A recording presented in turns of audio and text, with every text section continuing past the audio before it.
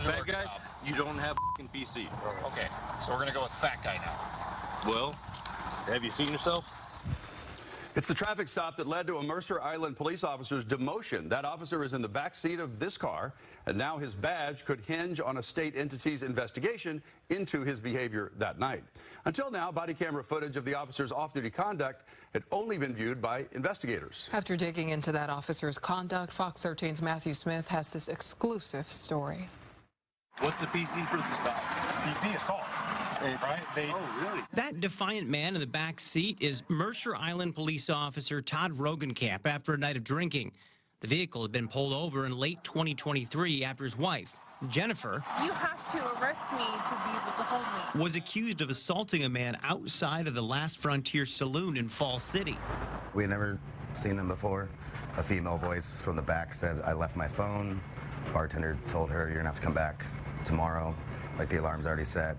And a male voice said, "I'm gonna get in that building." Andrew Goodman is the man that was hit multiple times, something both Rogenkamps insisted never happened. There was no assault. Okay. They have cameras there? Yeah, there's no cameras. Okay. And she wasn't gonna... Yeah, sure. Dude, you know there's not cameras outside there. But there were cameras, and they captured Rogenkamp in his tuxedo tee flashing his badge in an attempt to get inside. And when Andrew, a friend of the bartender, explained they didn't have the code to get back in, things escalated into this kick, a slap, a fall, all of it followed by even another kick. That would lead to Jennifer being put into handcuffs. Do you understand his rights? No. But it was Todd Rogenkamp's behavior that night that left deputies truly puzzled. In addition to flashing his badge, he falsely claimed that he was a firefighter and then proceeded to name drop a deputy, not to mention repeatedly urging his driver to take off. Okay, let's f***ing go then. And if we take off, you can't do shit. But perhaps the most concerning situation is what happened next. You see, he'd been drinking, something he readily admitted on camera. Your partner's not wrong. I mean, Not wrong? Okay. I am drunk. I know you are. Your partner is wrong. And that's key, because in documents obtained by Fox 13, it's clear that the Mercer Island police chief weighed that factor when he considered firing Rogenkamp. Among the issues he highlighted, he drove to the King County Jail within, quoting here, 1 hour of being observed by King County deputies as very intoxicated. Yeah, Reports indicate that Rogenkamp showed up demanding that his wife be released from the jail at 3 in the morning.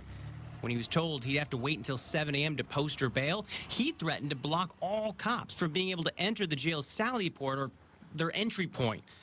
When reached by Fox 13, the Mercer Island police chief said that Rogenkamp was demoted from sergeant to officer, adding that the department, quote, submitted the case to the Washington State Criminal Justice Training Commission for their certification review process.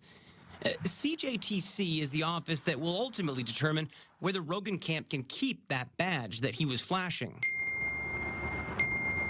Fox 13 has learned that the CJTC reviewed text messages and reports about a separate incident involving Rogenkamp putting a phallic sex toy on another officer's squad car, eventually deciding that while his conduct violated agency policies, there was not enough evidence to sustain any action against him. As for the flashing of his badge, his behavior with the officers, Because you're a f***ing amateur. and his driving after admitting being drunk a short time prior, that is still actively being investigated.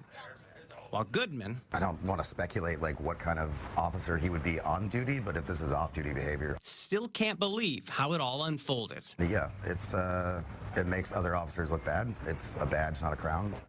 At last check, the CJTC is still investigating this situation. We did reach out to the Mercer Island Police Department. They previously commented about this situation, but they said they will no longer be commenting. We also reached out to the Rogenkamp by text, phone, and email. We have yet to hear back. In the newsroom, Matthew Smith, Fox 13 News.